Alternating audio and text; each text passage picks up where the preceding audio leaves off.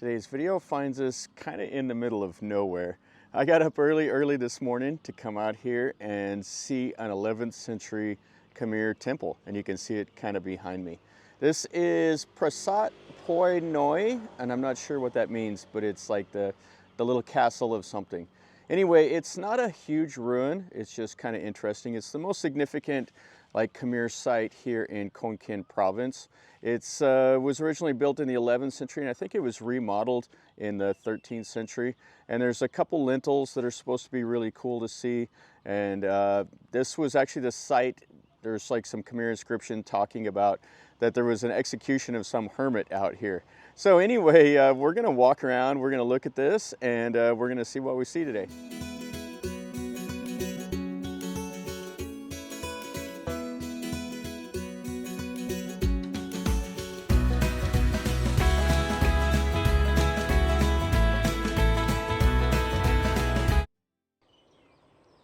So the reason I got up really early is because I wanted to see the lilies in bloom.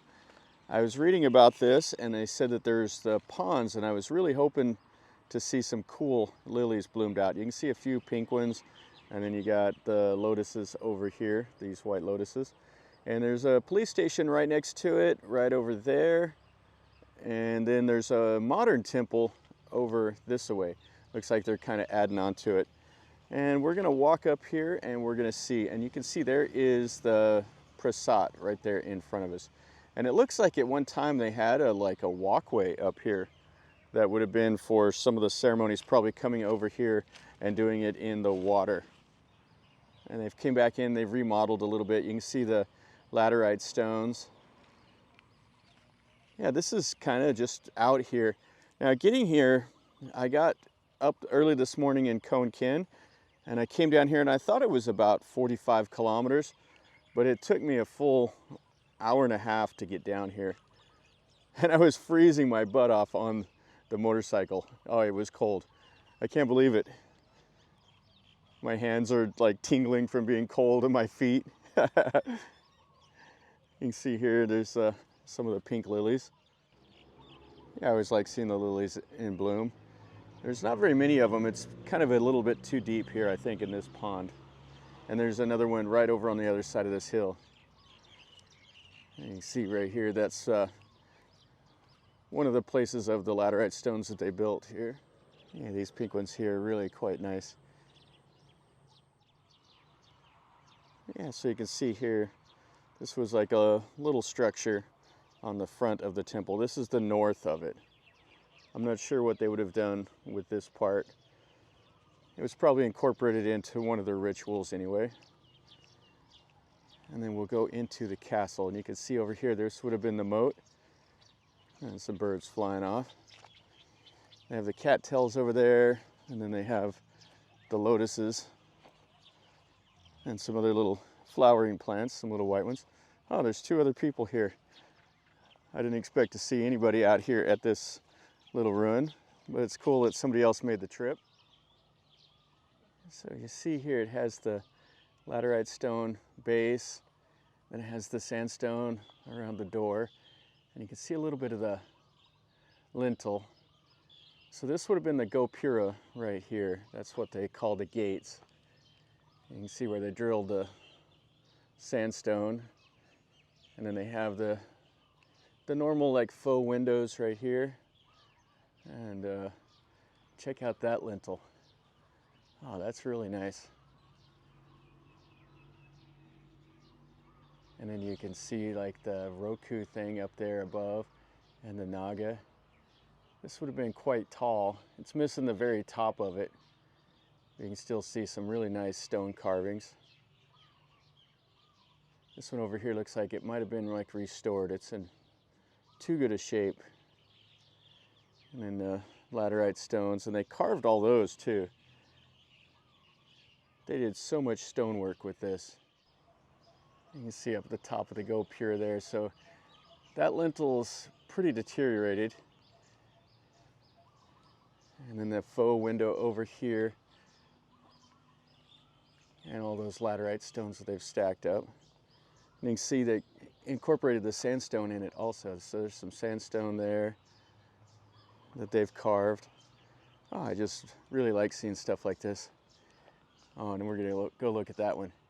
So they have a couple lintels. They have one of Vishnu, and then they have one of Shiva here. And then some more of the sandstone up on top. Yeah, this is really cool. So 11th century, I'm not sure who the Khmer ruler at the time when this was built, but it would have been renovated under Jerryman the 7th, I think. Yeah, it's quite interesting. So they have little data plates, and if you want to say rudimentary information, that just says wall, and that is just the wall. They have another one that says pond, and they have a couple others. It's kind of funny. All right, so let's go inside now and let's see. So you can see those stones right there have definitely been part of the renovation.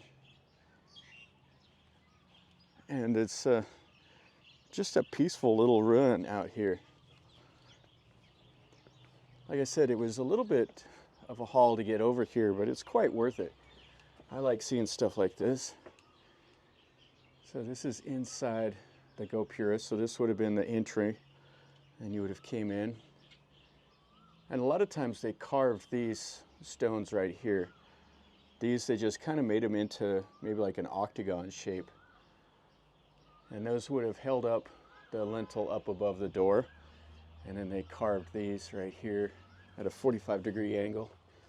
I've seen quite a few of these, and it's quite cool how they did all the stonework to fit all these pieces. And this here also has been redone right there. But look at the size of these laterite blocks. Then you would have had a little antechamber over there that would have probably had like an image in it. And then you see here they notched these, and this would have been those little columns. And they would have notched the top up here. You see that right there. And those would have been the columns that make the window. And they would have done it over here on this side also. So you see those are those little stone columns, and they would have been notched and fit in the top and the bottom. And they've kind of weathered away. And then the other little chamber over here. Yeah, those are huge blocks up there. And then we'll go in here. Yeah, if you've seen any of my videos from Angkor Wat, you can see how many of these old temples and stuff that I've climbed around on. I really, really enjoy it. Oh, this is quite cool. So the styling up there is kind of similar to what I saw at Pre-Roop with those little windows up at the top. Oh yeah, this is great. So there's 3 buildings there that are the brick on top of the laterite base. Oh, that's really, really nice. So you can see how they built that right there. They do that like little thin, like faux front. And you see the Naga on the corner. So this was the library right here, and it would have had the entrance on the south. And then these 3 buildings here had entrances on the north. And you can see they carved the sandstone. This is in still really nice shape here. Both sides of the door. And then the lintel up there. And then check that out. So it has the Erawan and all the little figures. Ah, that's really cool. Hopefully that'll come out on the camera. It's a little dark up there, but you should still be able to see it. Yeah, these stones are more modern ones. You can see right there they've labeled it on the bottom, but they restored it, and that's the best they could do right there. I'm sure the original ones, that sandstone was just too weathered up there. And they would have had those stones across the top of the wall. And so let's go into the main Prasat part here. And that is the reclining image of, I think that's Vishnu over there. And so check that out. So there's those lintels, and you got the Naga over there. And you can see steps here. So they've done quite a bit of restoration here with the bricks. The bricks aren't as hardy. They disintegrate a little bit faster than like the sandstone and the laterite. And so they've put in a shrine. So that's the Shiva Linga right there. And then they have another lintel behind. It looks like it's just made out of like the bricks.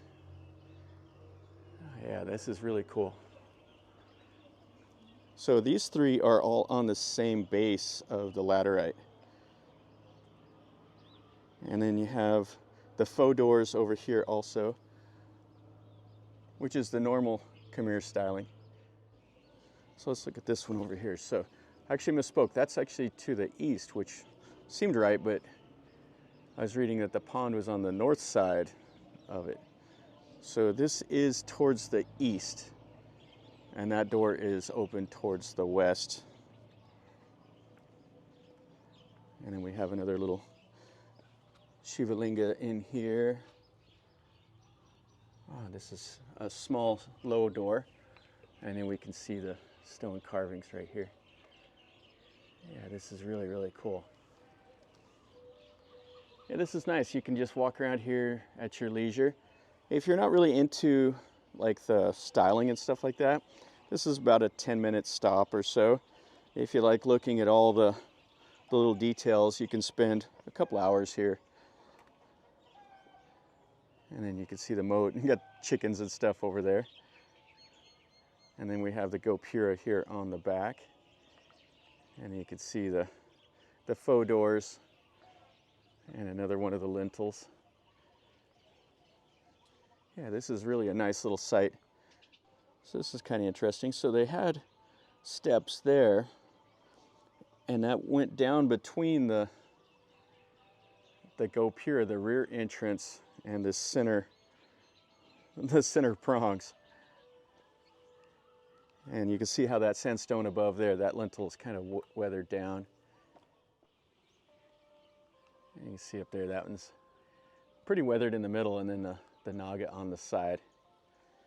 And lots of brick that they used. All right, let's look at the library. And then I'll try to get the drone out, and I'll try to fly the drone around here. You can see the sandstone there on the bottom. And that lintel. Yeah, this is a great little site. I just love how they carved all the stones. I mean, any kind of surface, they were using it, and they were carving all the images, carving the patterns and everything into. And you think about, they would have quarried this, and then they would have had to transport it over here. So a lot of times they would have built little rafts and floated it down from the quarry to these sites. And so if you'd have been here back when they were building it, there would have been hundreds of people over here banging on hammers and chisels and doing all the thing. And so we have a little lintel there that's cracked, but how cool is that? And so those are the little Khmer lions that you see right there. Oh yeah, that's really, really nice. Yeah, and one last little look here. Yeah, that's cool. The Gopura, the three little prongs here, and then the Gopura, the entrance in the back. And it's all surrounded by a moat. Really nice.